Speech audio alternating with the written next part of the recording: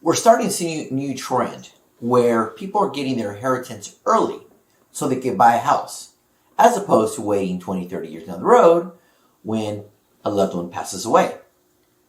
This is happening because real estate is too expensive, but it still is very important.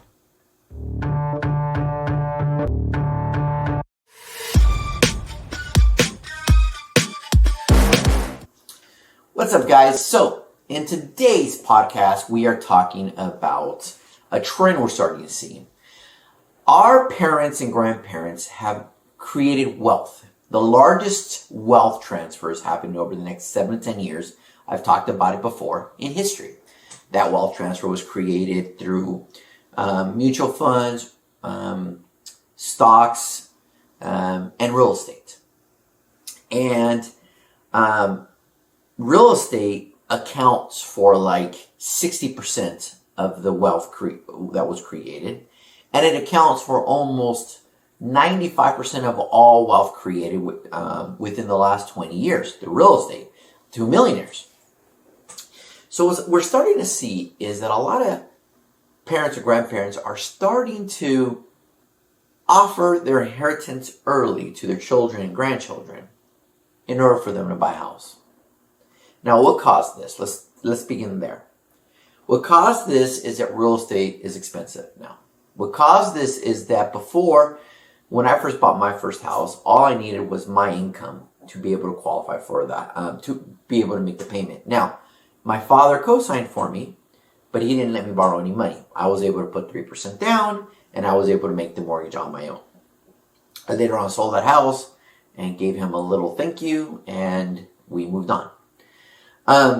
Now you need 2 incomes to qualify to buy a house, a decent house. And what happens when you're single, no kids? Well, you mainly stay at home and you just save, right?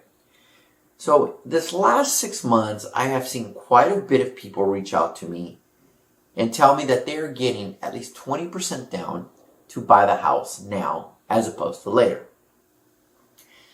I think this is smart. I think it's really smart. And here's the reason why. I don't think real estate's going to crash anymore. I think those days are gone. I think we're going to see adjustments up and down, maybe 5%. But you're not going to see crashes like you saw in 2008 and 2009. And the reason is for 2 factors. 1, we don't build enough real estate. We don't build enough real estate to keep up with demand anyways. 2, we don't create starter homes anymore. We don't. So when I bought my first house, it was a 3-bedroom, 2-bath, 1,400 square foot house. They don't build those anymore. Those houses exist, but they don't build them anymore. And the reason they don't build them anymore is because the developer isn't going to make money in them. So the developers are building bigger homes to sell for more money. Now, add to that certain municipalities, cities, have it that requirements that the developers have to build bigger homes because they're trying to attract a certain type of buyer. Bigger homes equal more income. They want to attract higher income buyers to their community. So the fact that we're building less and the fact that the homes we are building are bigger homes, 4-bedroom, 3-bath, 3,000 square foot house on a 6,000 square foot lot kind of thing,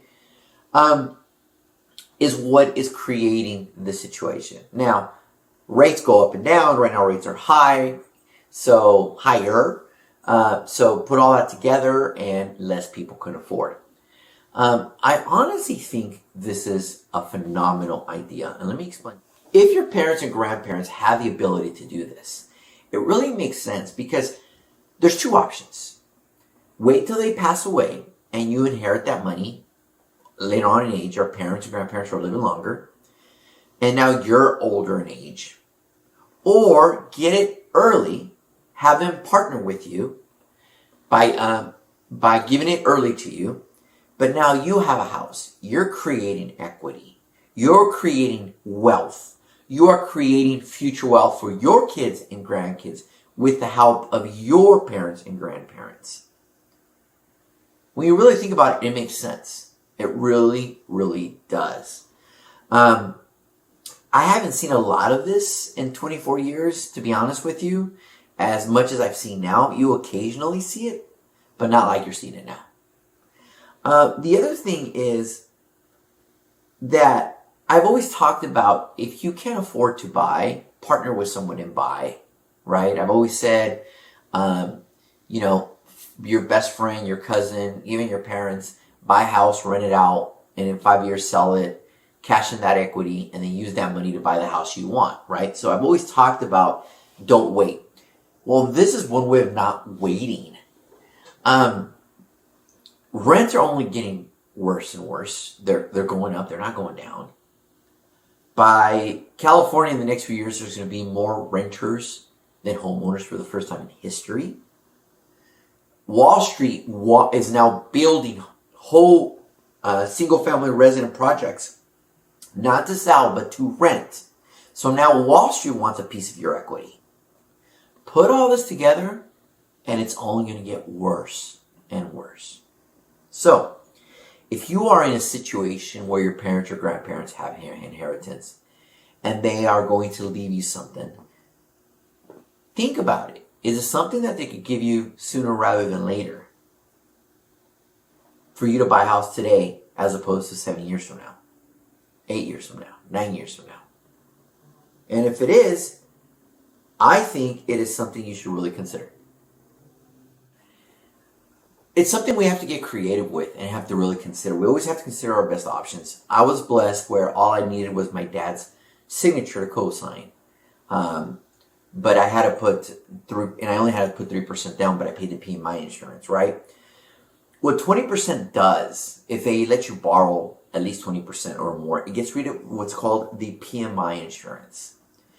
Every home that you buy, that you put less than 20% down, it is insured. And that could be an extra $400, $500, $600, $700 a month. But if you put 20% down, that insurance is no longer required. And your rate drops. So now you're looking at anywhere between $800 to $1,000 cheaper per month. That's massive. And when you calculate with you getting interest deductions, money you get back from the IRS, and you compare that to renting, where you are 100% throwing your money away, you get nothing in return for renting other than a place to live. You don't get the equity, you don't get the interest deduction. It makes sense. Now, if you are in a situation and you think you might be in a situation where you can do this, send me a message. I'll send you the mechanisms of how to do it. In other words, what to consider, what questions to ask. From a tax implication standpoint, the mechanisms of how you would actually transfer that money from parents or grandparents to you to be able to buy a house. There's certain mechanisms that you need to consider before you do that. And that's based on certain circumstances and situations. Most likely I would put you in contact with my CPA so he can answer those questions for you. But consider it. It might be the best option for you for the next 6, 7, or 8 years.